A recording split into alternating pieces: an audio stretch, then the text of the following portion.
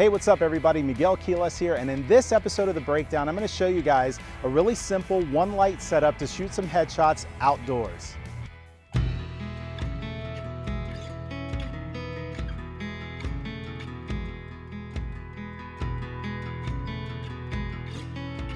Welcome back to The Breakdown. My name is Miguel Quiles, and I am here outside again with the fabulous actress and model and just all-around cool person, Julie Dawson. And I'm gonna shoot some headshots outdoors using just a single light source. And so let me go ahead and let me break down exactly what we're doing here today. So I'm using the Sony A99 II. This is a 42 megapixel full frame camera. Really fantastic, super great fast autofocus, which I really love. It also has a really nice screen that basically twists around so you could do selfies if you wanted to. I don't do that type of thing, but if you wanted to, you totally could. Really excellent camera, and I've got the 85mm 1.8. Now, if you've watched a lot of my episodes of The Breakdown, you already know that I love shooting headshots at the 85mm focal length, and today is no different. We're going to be using the Tamron lens to be able to accomplish this. And I'm using the Profoto Air Remote because today I'm actually going to be shooting these using the Profoto B1. And so I'm outdoors with the B1. I have my 5-foot Octa, which I would normally be using in the studio. If you've watched The Breakdown, you've seen me use it many times. I'm actually using it outdoors right now.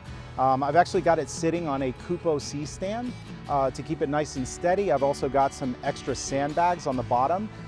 It's a little windy outside, which is great. It makes the hair flow and look super amazing and epic for a headshot.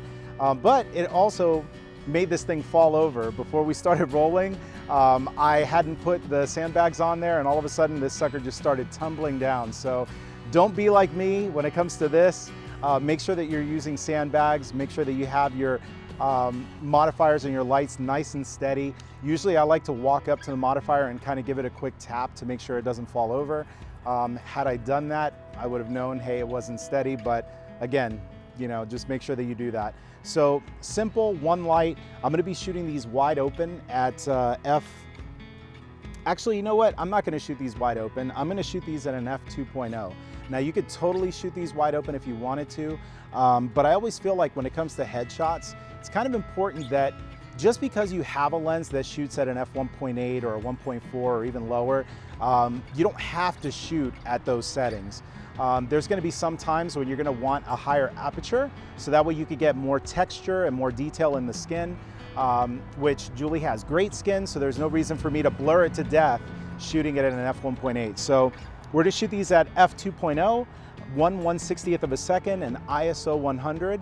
I have the flash here basically acting like a fill flash. I could shoot these with natural light with a reflector, but I like the flexibility of being able to shoot this with an off-camera flash, because as the sun kind of moves around and clouds cover it and do its thing, we have the same even exposure shot after shot after shot. So I have the Profoto 5-foot Octa, and I have it slightly tilted down. I feel like this creates the most natural looking shadows on the face. You could definitely use a much smaller Octa if you wanted to. You could do a 2-foot Octa and it would work pretty well. But I'm a big fan of really soft light sources.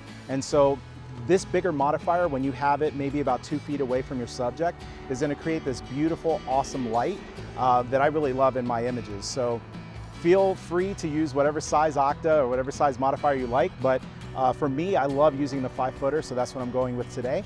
And so where we're shooting right now, this is really outside of my studio, which I've done several shots that are in my portfolio that you would think were like an awesome location.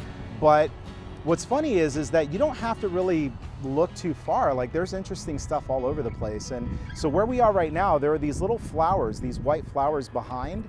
And so the goal of this particular shot is to really have those flowers just basically get blurred. So there's these little white highlights in the background, and then of course, beautiful light on Julie. So that's what we're gonna be going for with this look. And I'll be guiding her and posing her and kind of moving her around. The spot that she's in right now, even though we're in daylight, I basically found a spot where the sun is not hitting her on the shoulders, and it's kind of hitting her on the top of the head a little bit, so it's creating a little bit of a hair light, but which I'm cool with. Like, I want that. But I basically want to make sure that I don't have a lot of dappled light on her, And so it's fine if it's on the shoulders or if it's on the hair, but I'm really looking to make sure that I'm not getting the sun actually lighting her forehead or lighting her nose. I only want this modifier to be lighting her facial features. The hair could be lit by the sun, the shoulders can be lit by the sun, and it's super helpful for that. Creates a little bit of separation from the green and white background, but that's it. It's really, really easy. I'm gonna be moving her around as I see the sunlight get more intense, maybe as it's coming through the leaves and the trees. I'll have her adjust and move around to get her in the right spot, but as we are right now, we're in the right place, so let's go ahead and let's start shooting.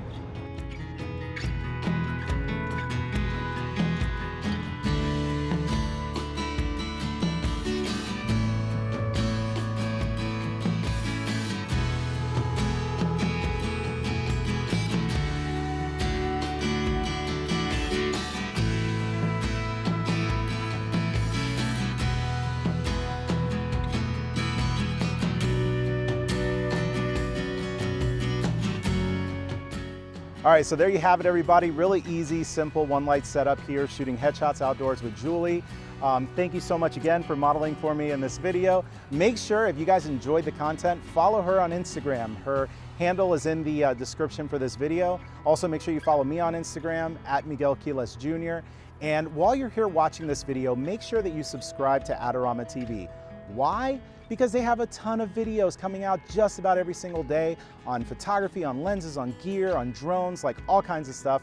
I'm watching, I'm hoping that you guys are watching, so just make sure you subscribe, and also make sure that you check out the Adorama Learning Center where they have more articles and more great content. Thank you so much for watching the breakdown, and I will see you in the next episode. Bye, everybody.